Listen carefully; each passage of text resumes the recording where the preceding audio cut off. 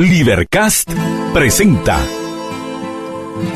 Autores con Raíces, Imaginación sin Límites. Bienvenido al podcast de Liberletras de Libertópolis. Acércate a las ideas y al pensamiento de los escritores contemporáneos más reconocidos, de la mano de interesantes entrevistas realizadas por los conductores de los programas de Libertópolis.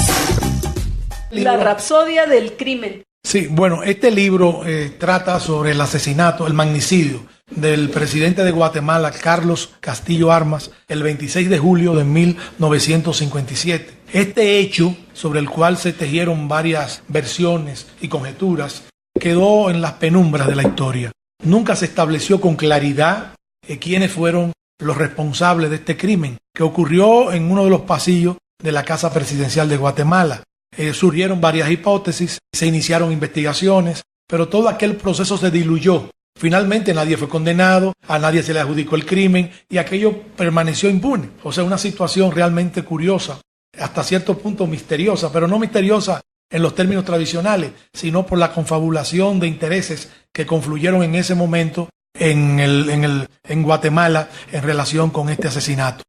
A través del tiempo se manejó, una de las hipótesis que se manejaron, le atribuía el crimen al dictador de la República Dominicana, uno de los dictadores más importantes de aquella época, a Rafael Trujillo Molina, que gobernó 31 años la República Dominicana. Pero no había ningún elemento probatorio o ningún elemento lo suficientemente sólido para establecer la responsabilidad del dictador dominicano en el asesinato de Carlos Castillo Armas. Entonces yo me propuse, por la necesidad de esclarecer este fenómeno histórico, y además porque soy dominicano y soy un poco de Guatemala, porque tengo que venir todos los meses a Guatemala, y entonces me fui emparentando con parte de su cultura y tradiciones. Entonces empecé a investigar, y el libro es el producto de una seria investigación, con pruebas documentales, con pruebas orales, con testimonios, con todos los elementos que caracterizan una investigación al respecto.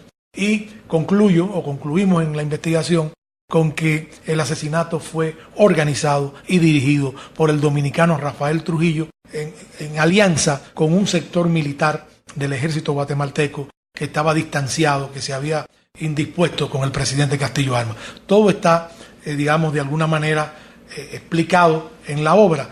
Castillo Armas, para los amigos oyentes que no recuerdan esa parte de la historia, Castillo Armas derrocó al gobierno de Jacobo Arbenz en el año 1954. El gobierno de Jacobo Arbenz era en gran parte continuación del gobierno del presidente Juan José Arévalo, llamada la Primavera Democrática en Guatemala, a raíz del derrocamiento del dictador Jorge Ubico. Un año después... Bueno, no, solo una corrección. Sí. A quien derrocaron fue a Ponce Baides. Sí, no. Jorge Ubico había renunciado previo a la revolución del 20 de octubre. Pero viene un gobierno de transición que es el que organiza elecciones, y esas elecciones es que la gana Juan José Arévalo. Luego hay elecciones nuevamente en 1950 y la gana Jacobo Arbenz, que era del mismo grupo ideológico. Y la gana Jacobo Arbenz porque previamente a eso habían asesinado a Francisco Arana, que era el ministro de Defensa del gobierno de Arévalo. Pero Arévalo se decidió, Arévalo tenía el conflicto. Que dicen además de eso, cuentan que era precisamente Arana el que más probabilidades tenía de ser el siguiente presidente. No, lo que sucedió fue lo siguiente, es que había que definir quién era el sucesor del presidente Juan José Arévalo. Entonces Juan José Arévalo estaban las dos facciones, una encabezada por Arana y la otra encabezada la otra que la encabezaba Arbenz. Finalmente, el presidente Arévalo se decidió por Arbenz. Arbenz era, digamos, con una posición más extrema, más radical, digamos, que Arana. Arana era una posición conservadora, pero ambos eran especies de delfines de la llamada Primavera Democrática. Arana era más inclinado a lo que hoy conoceríamos como la socialdemocracia o el socialismo democrático. Además venían del propio Arévalo, que se había confesado como partidario de un socialismo espiritual. Además tengo entendido que era seguidor de la teosofía y una serie de ideas asociadas a estos credos. Y estaba en el caso de Arbenz ya... Que es interesante, eso se lee en los diarios de Arévalo. Exacto. Que es un libro. Un libraco, sí.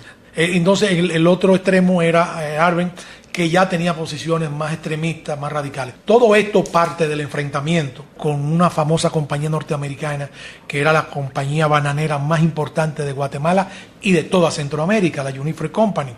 Ya habían tenido conflictos muy serios porque en el caso de Arévalo había planteado expropiaciones de parte de los terrenos para repartirlo entre campesinos pobres en Guatemala. Y en el caso de Arbenz radicalizó ese proceso en su gestión de gobierno y hizo alianza con sectores ya más radicales del espectro ideológico político. Entonces, en el caso de...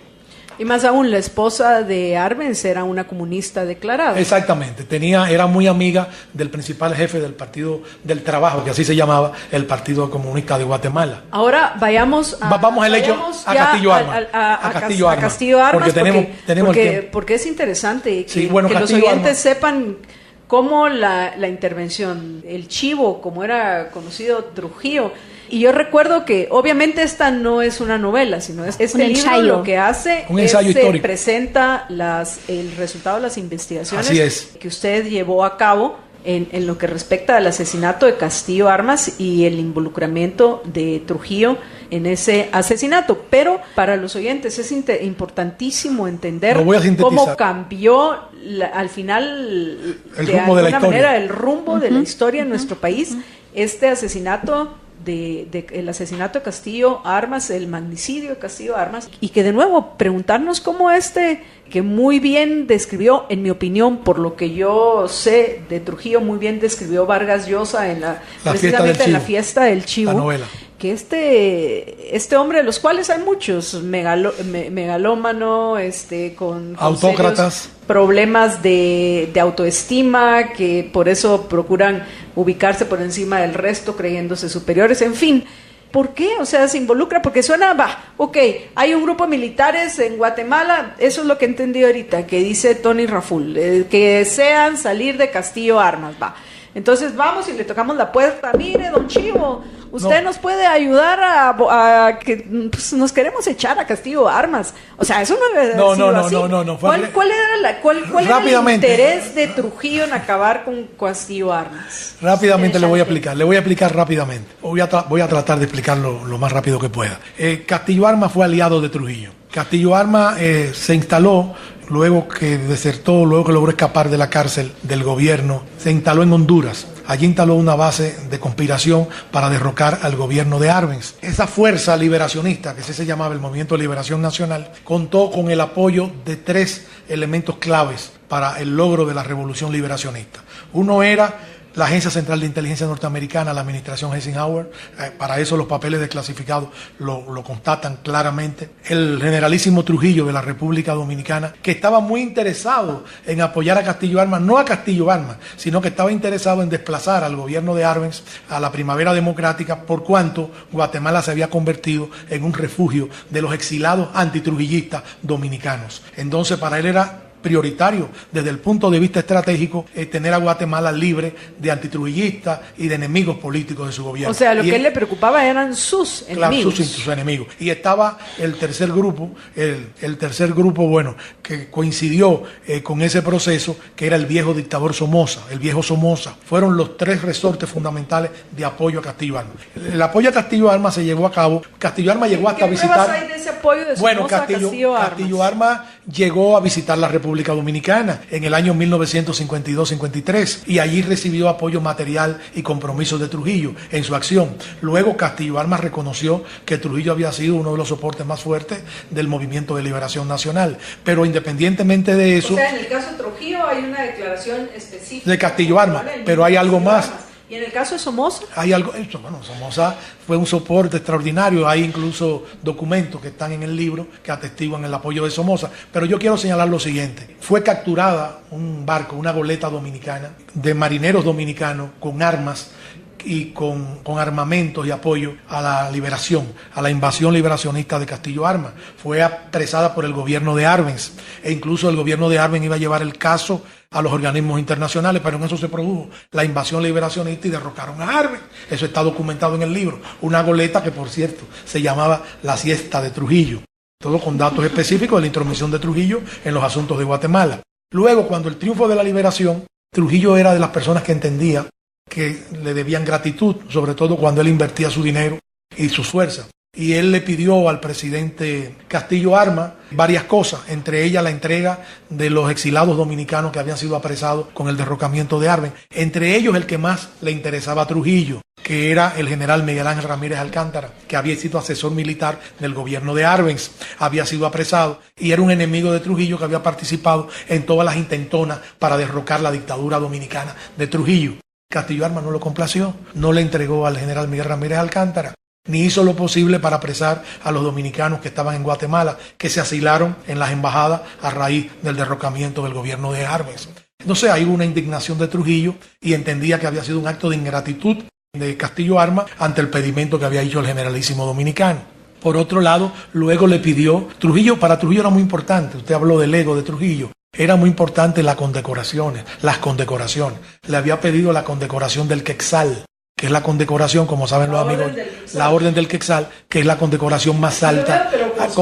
Ahí digo yo, ahí digo yo que el dictador Somoza lo condecoró, le dio la condecoración que le negó Castillo Armas, claro, en cuanto a la orden nicaragüense. Entonces, a partir de ese proceso, también le pidió la condecoración de la Orden del Quetzal, le negó la Orden del Quetzal y aquello fue un motivo más para el distanciamiento y la indignación de Trujillo con Castillo Armas. Se la negó posponiéndosela, año tras año se la negó. Se la voy a dar después, pero Castillo Armas sí se la otorgó a otros connotados líderes y dirigentes, no a Trujillo.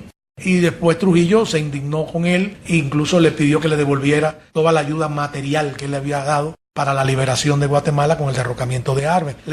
Se creó un clima de mucho distanciamiento y enemistad, ya después de haber sido aliado. Trujillo decía que Castillo Armas era el hombre más malagradecido del mundo, porque él había sido su soporte. Para Trujillo era importante que Castillo Armas lo recibiera en Ciudad de Guatemala en un carro descapotado, entre multitudes, agradeciéndole porque Trujillo se designaba a sí mismo como el primer anticomunista de América. O sea, el primer anticomunista de América había liberado a Guatemala de las garras del comunismo. Entonces, lo menos que podía hacer Castillo Armas era rendirle tributo. Entonces, todo este tipo de cosas. Por eso yo digo que el crimen de Castillo Armas no fue un crimen político. Fue un crimen pasional. Fue un crimen pasional, emocional. En Trujillo se explica, hay varios crímenes de Trujillo. Trujillo cometió varios crímenes en América Central, en el Caribe, en Estados Unidos, en México. Tenemos todo un rosario de asesinatos de dirigentes y algunos de esos crímenes no tuvieron connotación política, eran reacciones emocionales. En Nueva York secuestró en plena avenida en Nueva York al profesor Jesús de Galíndez, un profesor vasco que él entendió, él lo secuestró, lo trasladó a Santo Domingo y lo mató en Santo Domingo, violando las leyes federales del gobierno norteamericano. Incluso el FBI, porque Galíndez, y él no lo sabía, era confidente del FBI. Hoover, en una rueda de prensa, acusó directamente a Trujillo de estar involucrado en la desaparición de Galíndez. ¿Y por qué desaparece a Galíndez? Por razones políticas. Aunque Galíndez tenía diferencias políticas fundamentales con Trujillo, escribió un libro prácticamente impecable, hablando de los resortes de la dictadura, pero en un párrafo hizo alusión al hijo mayor de Trujillo, diciéndole que era hijo ilegítimo y ese tipo de cosas. Y que también estaba mal de la cabeza. Desquiciado, y la reacción de Trujillo fue mandarlo a matar. O sea que no nos debe sorprender que mandara a matar a Castillo Armas por las razones de falta de gratitud en la colaboración en la lucha por la liberación de Guatemala del comunismo. Entonces eso es parte del proceso de investigación del libro. Pero el libro no es solamente eso. El libro también es, primero, el referente histórico que condiciona el ascenso de Castillo Armas al poder, las alianzas que Trujillo hizo con sectores de Guatemala. Cuando hablo de un sector militar, me estoy refiriendo a que esas contradicciones existían ya. Existieron porque Castillo Armas había hecho compromisos, había hecho incluso acuerdos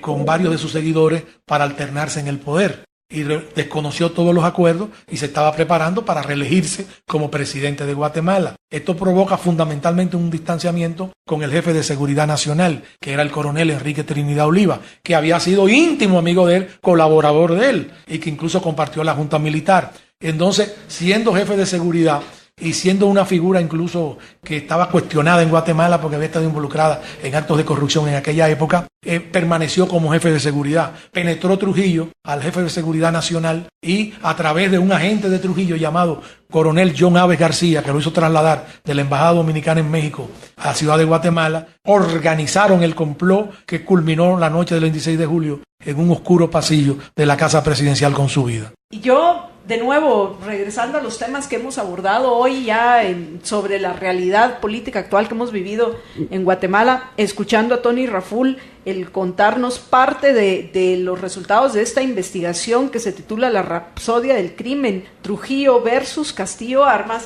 Regreso a comentarles de nuevo esta frase del político, esta idea, porque es más que una frase, del político estadounidense James F. Burns, que les recuerdo fue diputado, senador, juez de la Corte Suprema de Justicia, secretario de Estado y gobernador. O sea, estuvo en los tres poderes republicanos, entonces algo debe de conocer de lo que dijo.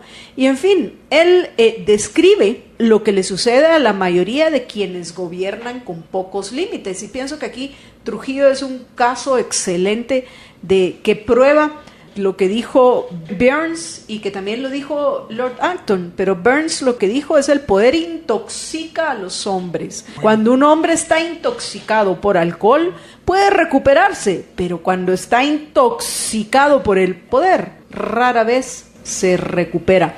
O como lo ha dicho Lord Acton, el poder tiende a corromper y el poder absoluto corrompe absolutamente. Por eso hay que entender que el origen de la corrupción es ese mismo poder que se le otorga a quienes gobiernan cuando el poder sale de las funciones que son propias de la naturaleza del gobierno, amigos. Así que les recomiendo leer La Rapsodia del Crimen de Tony Raful. Pero bueno, Tony, un gusto escucharlo, conocerlo, ¿sí? El placer es mío tener la oportunidad de venir a un programa como este, además brillantemente conducido, con mucha maestría y además con muy buena formación. Libercast presentó Autores con Raíces, Imaginación sin Límites. Una producción de Libertópolis.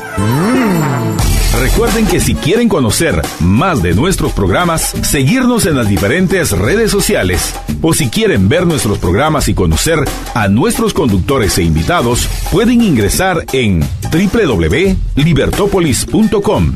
Recuerda suscribirte y dejarnos 5 estrellas para que continuemos trabajando en producir más podcasts de tu interés. Libertópolis, ideas con valor.